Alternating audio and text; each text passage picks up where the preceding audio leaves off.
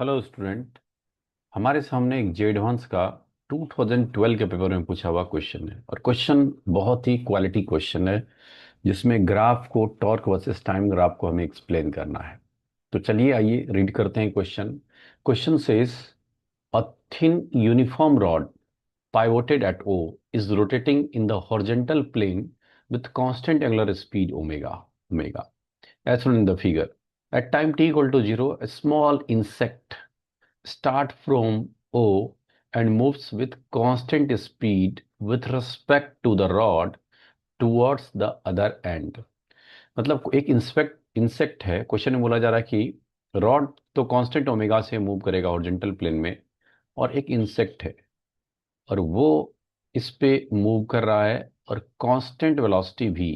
और ये जो भी है ये with respect to rod, rod के रिस्पेक्ट में कांस्टेंट वेलोसिटी से मूव कर रहा है। और ये पॉइंट ओ से स्टार्ट किया है, वो हमारे पास एक्सिस ऑफ रोटेशन जहां से पास कर रहा है, that is O. Question read करते हैं। It reaches the end of the rod at time T, T equal to capital T and stop.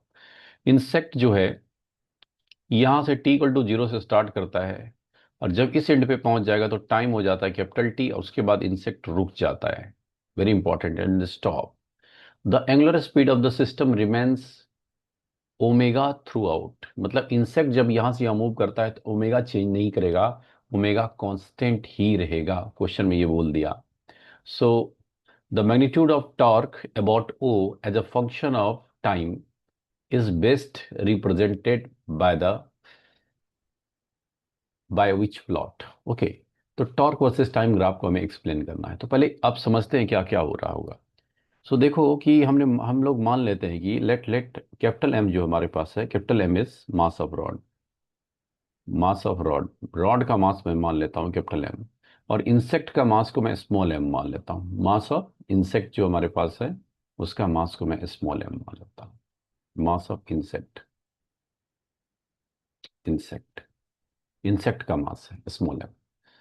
तो अगर मोमेंट ऑफ इनर्शिया अबाउट ओ लिखना चाहूं, अगर रॉड अकेला घूमता, अकेला घूमता तो मोमेंट ऑफ इनर्शिया कितना होता? सिंपल, आप बोलते M L square by three सेंट पॉइंट ओ के वोट। और इंसेक्ट भी यहाँ, इंसेक्ट का भी मास को इग्नोर नहीं कर सकते हम लोग। क्वेश्चन में ये नहीं बोला कि इंसेक्ट का मास बहुत स्मॉल है, तो इंसेक्ट के मूव करने से इधर उधर तो मोमेंट ऑफ इनर्शिया में भी कुछ चेंजिंग आएगा। तो किसी इंस्टेंट पे अगर एक्स सेपरेशन है पॉइंट ओ से, तो पैरेलल थ्योरम अगर यूज करेंगे तो हमारे पास हो जाएगा क्या, M X square, X square. ठीक है। और ये कांस्टेंट वेलोसिटी कांस्टेंट स्पीड से जा रहा है। क्वेश्चन बोल रहा है कि constant speed with respect to the rod, rod के रिस्पेक्ट में जा रहा है।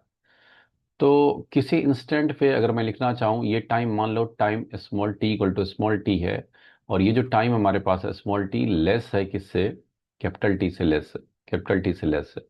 कैपिटल टी से छोटे टाइम के लिए अभी हम कैलकुलेट कर रहे हैं। तो distance equal to speed into time use कर सकते हो, X equal to V T, क्योंकि हमारे पास जो है स्पीड कांस्टेंट है।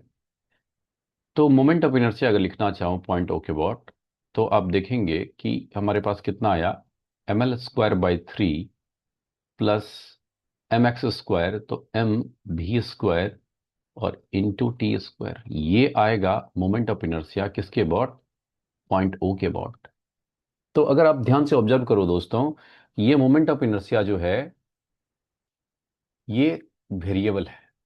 ये मोमेंट ऑफ इनर्शिया क्या है, वेरिएबल, वेरिएबल। ये टाइम के साथ चेंज हो सकता है।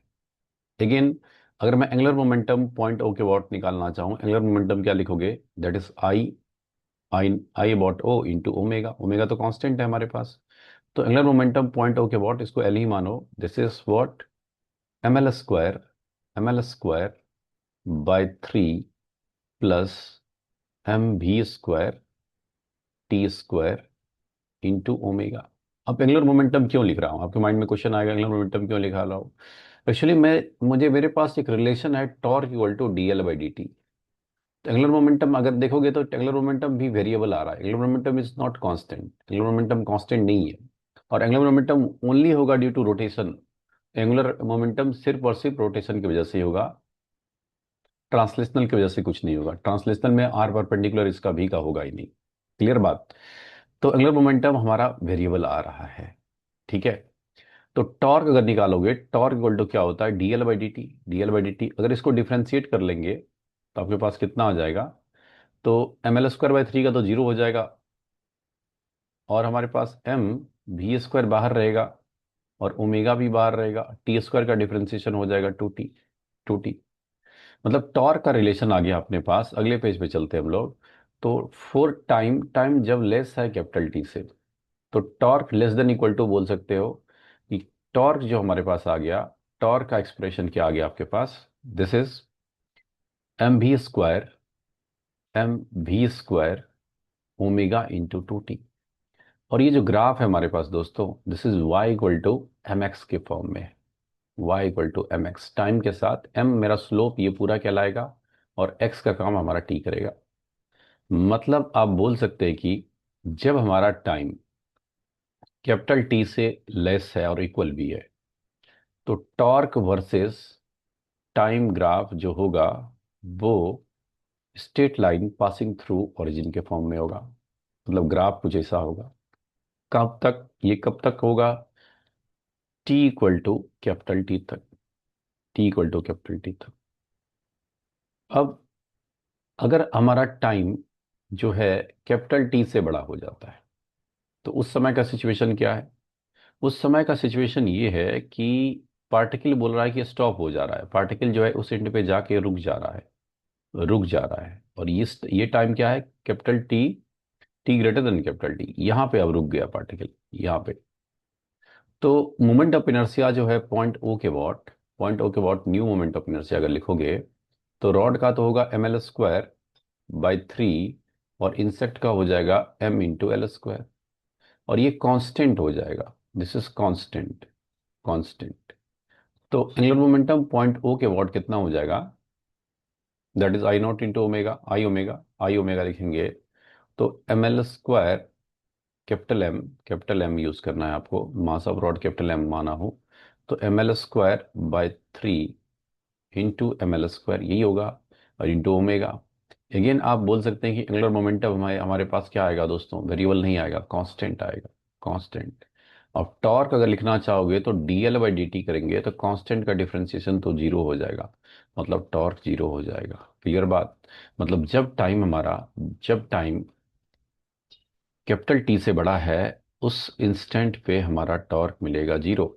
इसमें टॉर्क जो हमारे पास है ये प्रोपोर्शनल है स्मॉल टी का, Y equal to M X, और यहाँ पे टॉर्क मिल रहा है जीरो। तो ये टॉर्क वर्सेस टाइम का बेस्ट रिप्रेजेंटेशन है।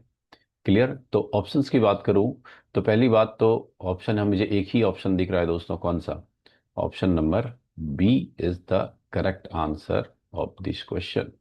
तो उम्मीद करूंगा कि सॉल्यूशन आपको समझ में आया होगा। मिलते हैं अगले क्वेश्चन के साथ, तब तक के लिए बहुत बहुत धन्यवाद।